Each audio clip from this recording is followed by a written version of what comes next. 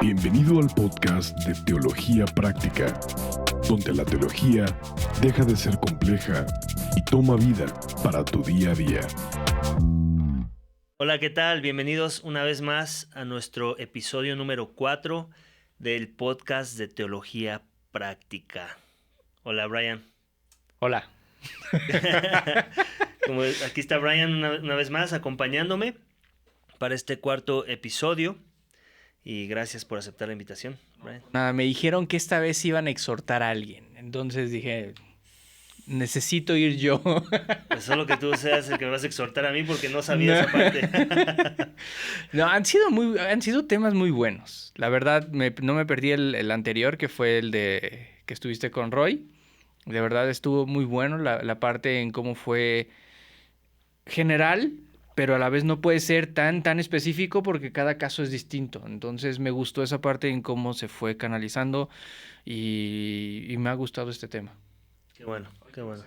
Pues hoy vamos a seguir un poco arrastrando estos temas. Okay. Casi lo que estamos, creo, logrando es haciendo un tipo serie, ¿no? De estos temas de cuando el pecado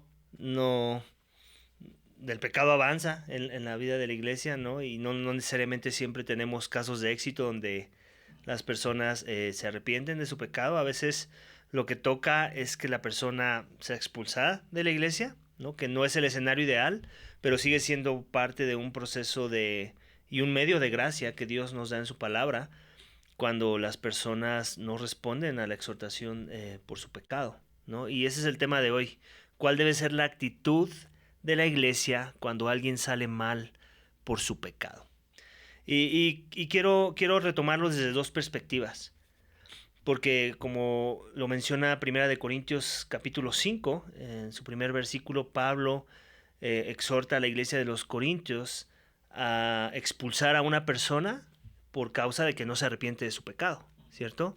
Les hace una amonestación, les pide que lo que toca es hacer esto, ¿no? Con la esperanza de que ese acto ayude a que la persona responda y se quiera arrepentir de su pecado.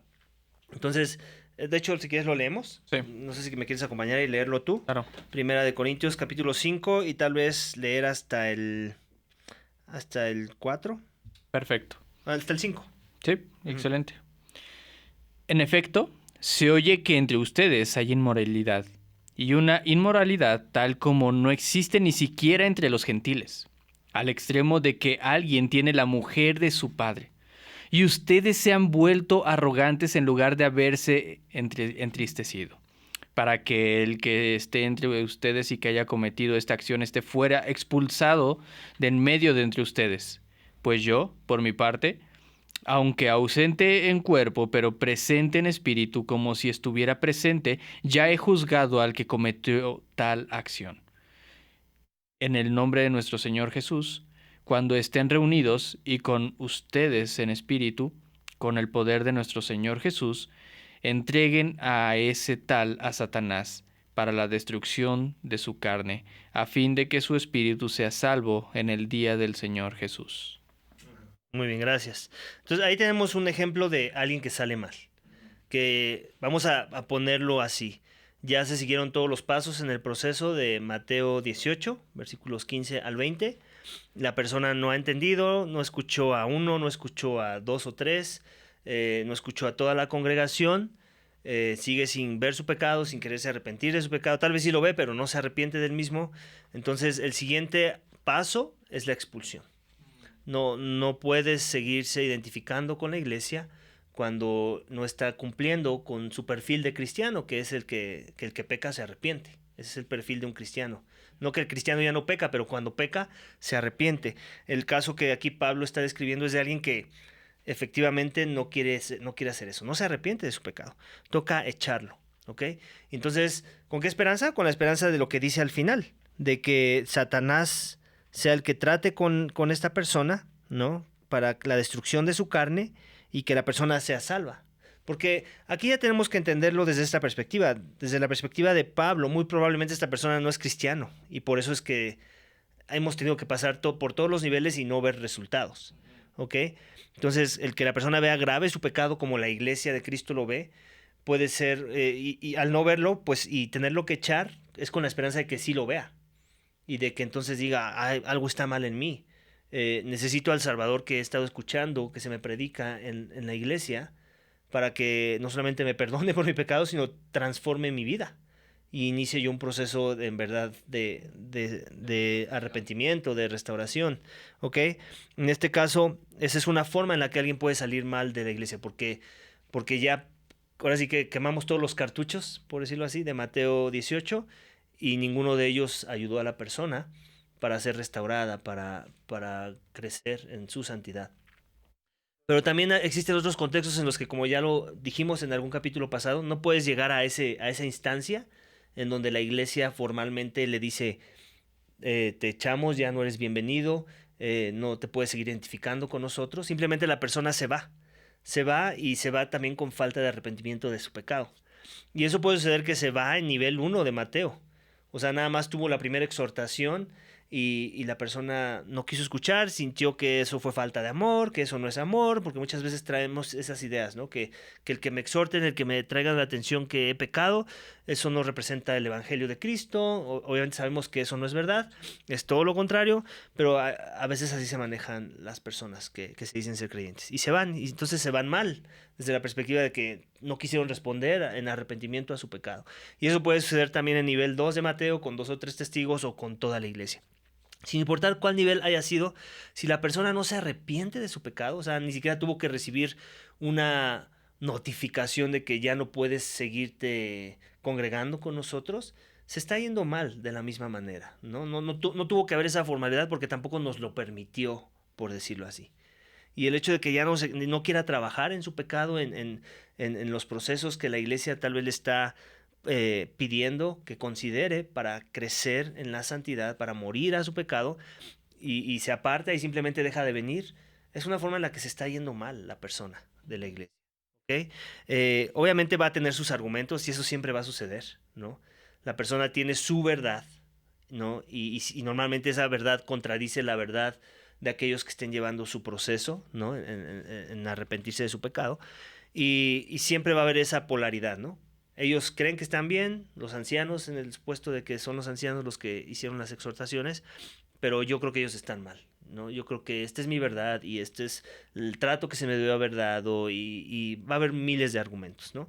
Sin importar cuál sea el tema en particular, la persona no está de acuerdo con el liderazgo. Y claro, tenemos que aceptar que hay veces que genuinamente no deberían estar de acuerdo con el liderazgo. O sea, genuinamente está siendo injusto el trato que se le está dando a la persona, o de lo cual se le está exhortando o pidiendo arrepentimiento, ¿no? Pero la esperanza es que la mayoría de las veces no es así. La esperanza es que la mayoría de las veces la iglesia, el grupo de creyentes, están viendo bien las cosas que la persona no está viendo bien. De forma que la que se tiene que arrepentir es la persona, no la iglesia, ¿no?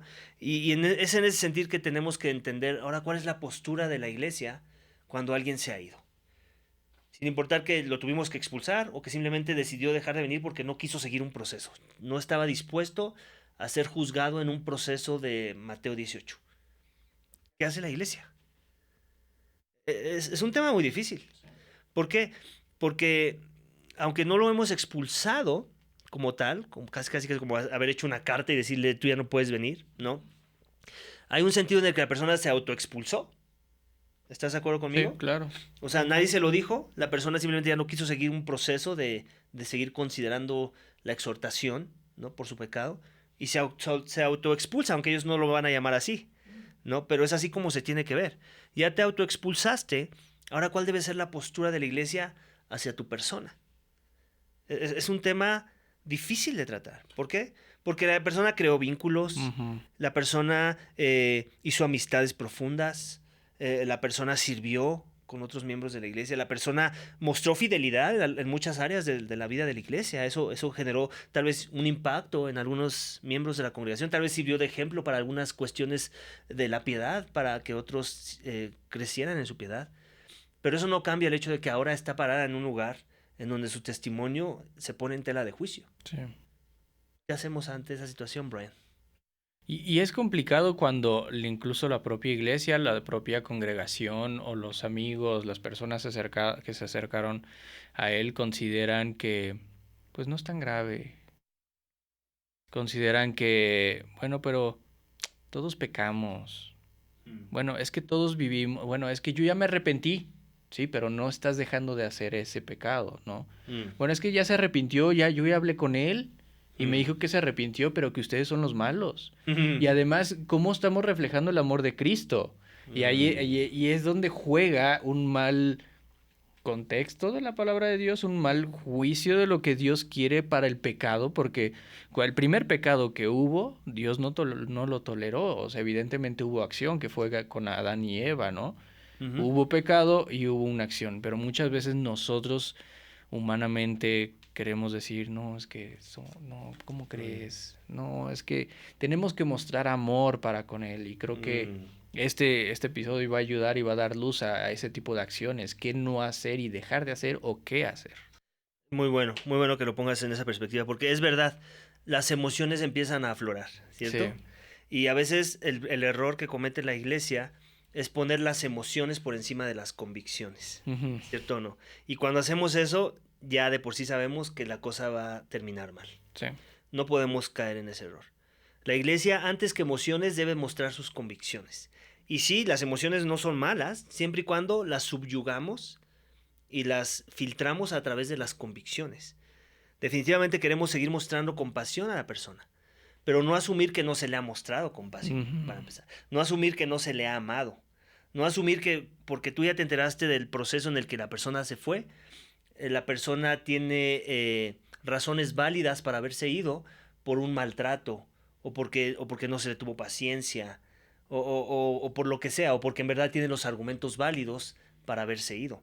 Más bien, por eso la importancia de ser vulnerables, de ser transparentes. Y si yo tengo una duda, soy un miembro de la iglesia y tengo una duda del trato que se le dio a la persona, acercarme al liderazgo de la iglesia, acercarme a los pastores, que te den ciertas razones válidas del por qué ellos creen que la persona se está yendo mal, con la esperanza de que te van a dar algunos datos o información que te ayuden a estar tranquilo con saber que se le dio un trato justo a su situación de la persona.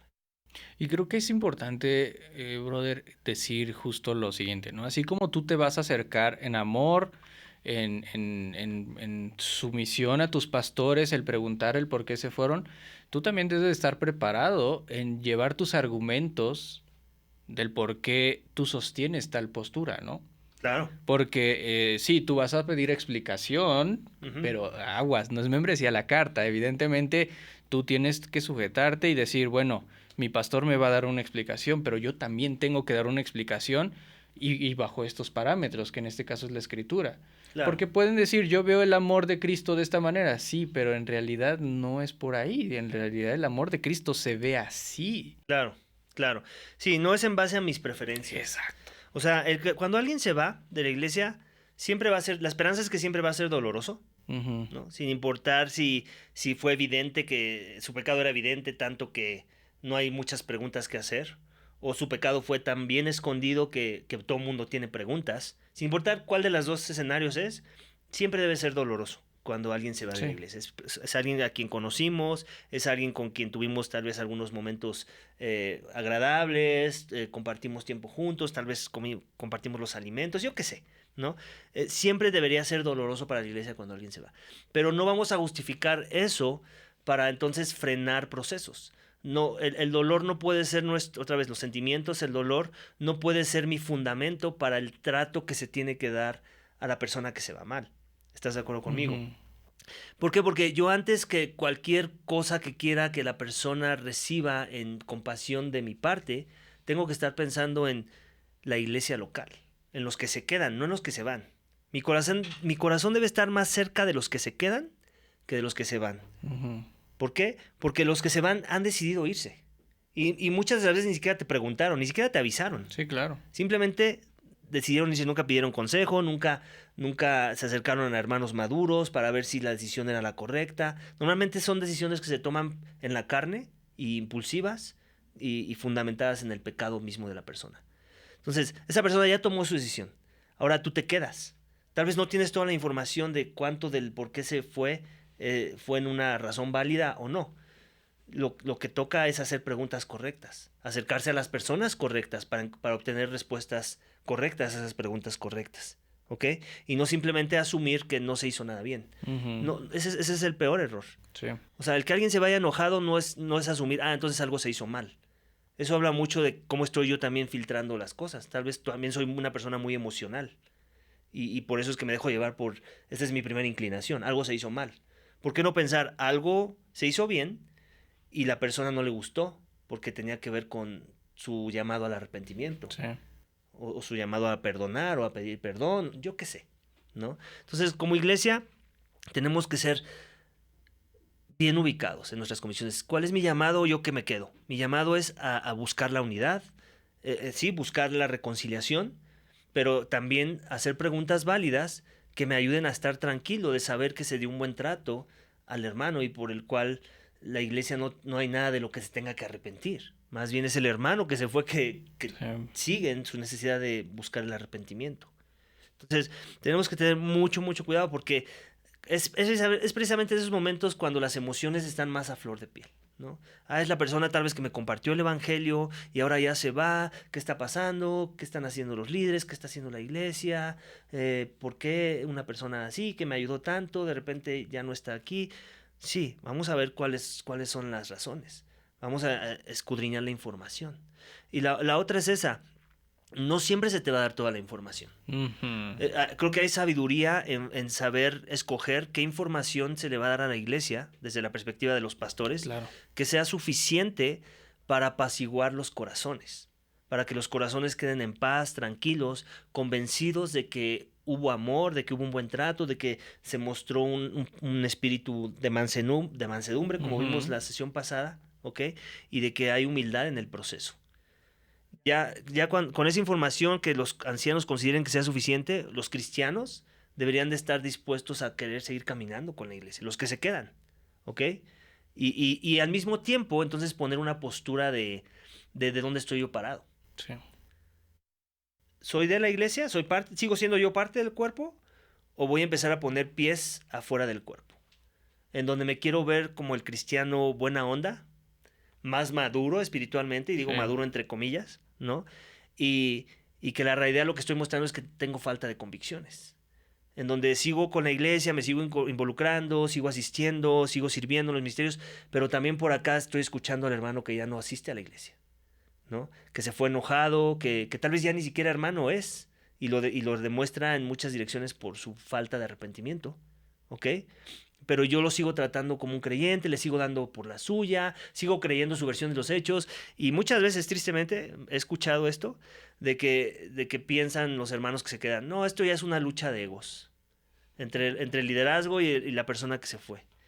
Esa es una conclusión a lo que nunca deberíamos de llegar. Y no digo que no pueda existir, pero me quiero inclinar a pensar que alguien está bien y alguien está mal.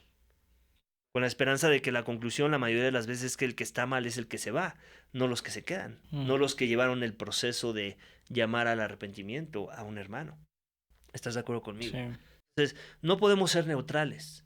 En la palabra de Dios, Cristo mismo lo dijo, la neutralidad, Él no la ve bien. O estás con Él o estás en contra de Él. Y ya también lo dijimos cuando hablamos de Mateo 18.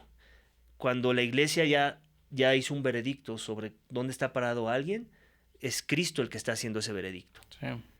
Y si toda la iglesia no está a favor de ese veredicto, se puede dialogar, se pueden hacer preguntas, ¿no? Nada de malo con eso, pero una vez que se han dado las respuestas, entonces yo tengo que tomar una decisión. Creo a la iglesia, creo a los líderes, creo que el proceso que se llevó fue el correcto, y si la respuesta es sí, yo ya no puedo seguir teniendo trato con el hermano. Incluso complicado porque a veces son familiares. Uy, sí. O sea, porque resulta que ser el familiar, no, es el tío, la prima, etc. Y ya no voy, bueno, lo voy a ganar. Lo voy a ganar, porque dice la palabra de Dios que bienaventurado el que gana a su hermano. Entonces, juegas ese peligroso juego de querer ganar, de querer estar ahí, pero en realidad es mucho más peligroso. Sí. Por eso ya hemos hablado antes de que el cristianismo es la verdad, es lo mejor que le puede pasar a alguien en la vida, pero el cristianismo no es conveniente. ¿Por qué? Porque nos puede llegar a poner en esas circunstancias, en esas situaciones en donde me toca ahora mostrar hostilidad a alguien que probablemente es mi familia. Sí. Tal vez mi propio hijo. ¿Qué trato le voy a dar? Tal vez no lo tengo que correr de la casa, tal vez sí. Todo depende de la situación, el pecado y el contexto de la historia. Sí. ¿Estoy dispuesto a pagar el precio de seguir a Cristo en mostrarle hostilidad a mi hijo, a mi esposa, al tío, al primo, a mi hermano de sangre? O sea, son cosas serias, porque aquí es donde se puede tomar muy radical. Ay, no, pues si su pecado no es como el del hermano de Primera de Corintios, pues no hay que echarlo. No, aquí está hablando, aquí no está dando un ejemplo de alguien que no se quiere arrepentir, pero puede haber otro tipos de pecados con otro tipo de pecadores donde también amerite a que lo echen porque simplemente no se quiere arrepentir. O sea, aquí no está diciendo, si el pecado son estos, los puedes echar. La Biblia no está diciendo, si esta es la No. lista de pecados, aquí sí lo puedes echar. Si la lista es esta otra, no, entonces ahí nada más trátalo de esta Relax. manera. No, aquí no está dando un ejemplo que es extremo, pero para que se entienda el punto. El punto es un pecado sin arrepentir, pecado que puedes llevar a la expulsión.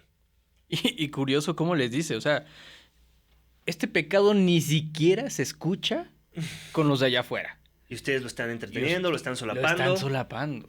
¿Ok? Lo están tratando con amor cristiano Ujú. o paciencia cristiana cuando en realidad lo que están demostrando es su falta de convicción. Otra vez, tal vez son sus emociones las que lo están tratando así y no sus convicciones. Ujú. ¿Ok? Entonces, ahora, la persona se va. Si se va y se fue en desacuerdo, ¿qué esperas de regreso en cuanto a comentarios hacia la iglesia, hacia el liderazgo? ¿Qué tipo de comentarios esperas recibir de esa persona? Evidentemente van a ser hostiles. Exactamente. Tal vez sutilmente, pero hostiles. Sí. ¿Ok? ¿Cuál es el llamado de la escritura? ¿Que nos juntemos con personas que se manejan así? No. No, el llamado de la escritura es que como con quienes te juntas, así es como te vas a ver. ¿No? Lo vemos mucho en los proverbios. Ujú. Escoge bien tus amistades, escoge bien quiénes son los que con Aprende a las discernir. voces, aprende a discernir las voces que permites que hablen verdad a tu vida. Ujú. Y si lo que te van a hablar no es una verdad, o es su verdad, ¿qué esperas de ellos si no hostilidad? Entonces, por eso siempre el llamado, y eso es algo que creo que le hace falta a la iglesia de Cristo. Muchas veces los pastores tienen miedo de usar pasajes como salieron de nosotros para que se revelara que no eran de nosotros, ¿cierto? Pero entonces, ¿cuándo sí se pueden usar esos pasajes? Yo me hago esas preguntas. Cuando hay tanto miedo de usarlos, ¿cuándo sí se usan entonces? Ujú. ¿O para qué están ahí? ¿Para que la iglesia los observe pero nunca los viva? ¿Nunca aplique esos principios en los casos de la vida real que suceden en todas las iglesias?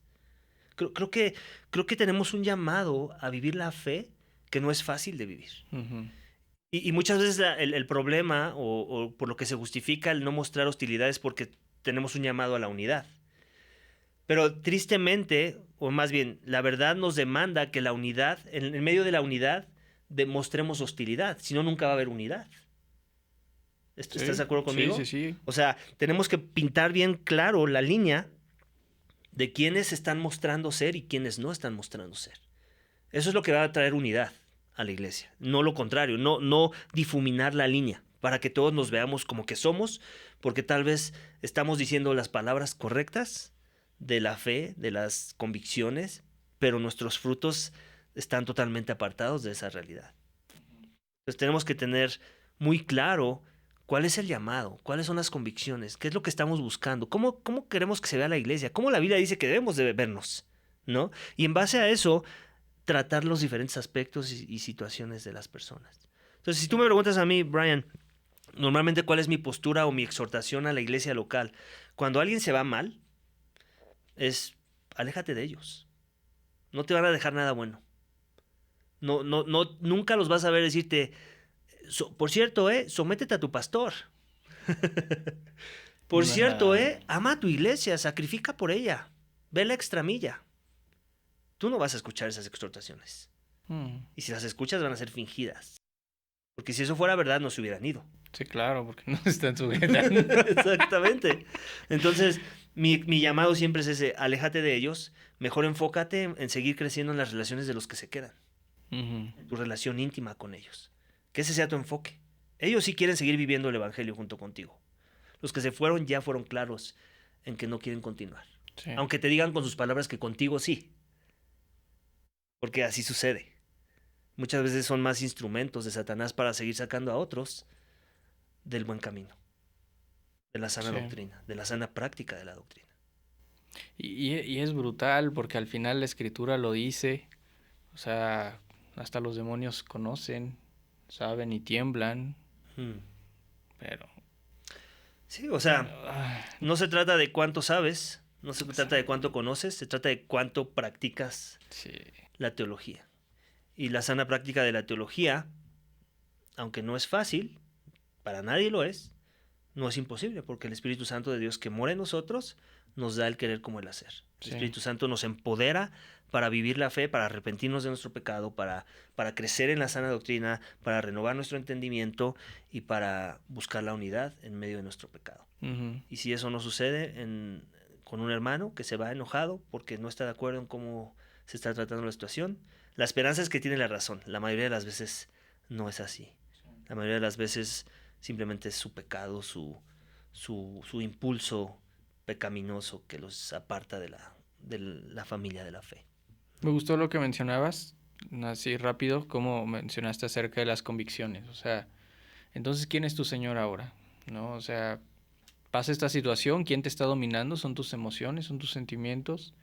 ¿O en realidad estás convencido de que quieres servir al Señor? Porque el Señor en Mateo lo dice, yo vine a dividir al padre con el hijo, a la madre con el hijo, al yerno con esto.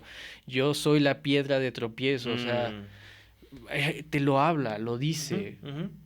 Y, Ahí está. Pero a veces no lo queremos vivir, no ¿cierto? queremos vivir. Como que queremos pensar que eso se lo dijo a esa audiencia y a nosotros ya no nos toca escuchar esas Exactamente. verdades o vivirlas. No. El llamado creo que sigue siendo para la iglesia de nuestros días. Sí. Y fácil no lo es, no lo es, pero con la gracia de Dios todo es posible. Amén. Todo lo puedo en Cristo que me fortalece, aún mostrar la hostilidad cuando toca mostrarla, Sí. por obediencia a Dios, por amor al hermano y por amor a la iglesia local. Amén. Amén. Entonces, yo sé que podríamos seguir hablando más del tema, ¿no? 2 más, por favor. Pero creo que es bueno lo que escuchamos hoy, con la Sí. esperanza de que es de bendición para los que escuchen este podcast y sobre todo con la esperanza de que no solamente sea de bendición porque lo que escucho me gusta, sino porque lo quiero vivir. Amén. Y ese es el llamado y la exhortación. Esforcémonos en vivir estas cosas y en recordar que el costo de servir a Cristo a veces es en la pérdida de aquellos a los que amamos, para gloria de su nombre. Amén. Entonces, gracias, Brian. Una vez Gracias más. por la invitación. Gracias por acompañarme en un episodio más y pues nos estamos viendo las caras Sí. pronto. Esperemos en algún otro episodio. Próximamente. Que Dios los bendiga, audiencia, y recuerden, hacedores, no solamente oidores, son amados. No seas solo oidor, sino hacedor. Este podcast es un ministerio de Iglesia Vida Vertical. Para más información, por favor contáctanos por medio de nuestras redes sociales.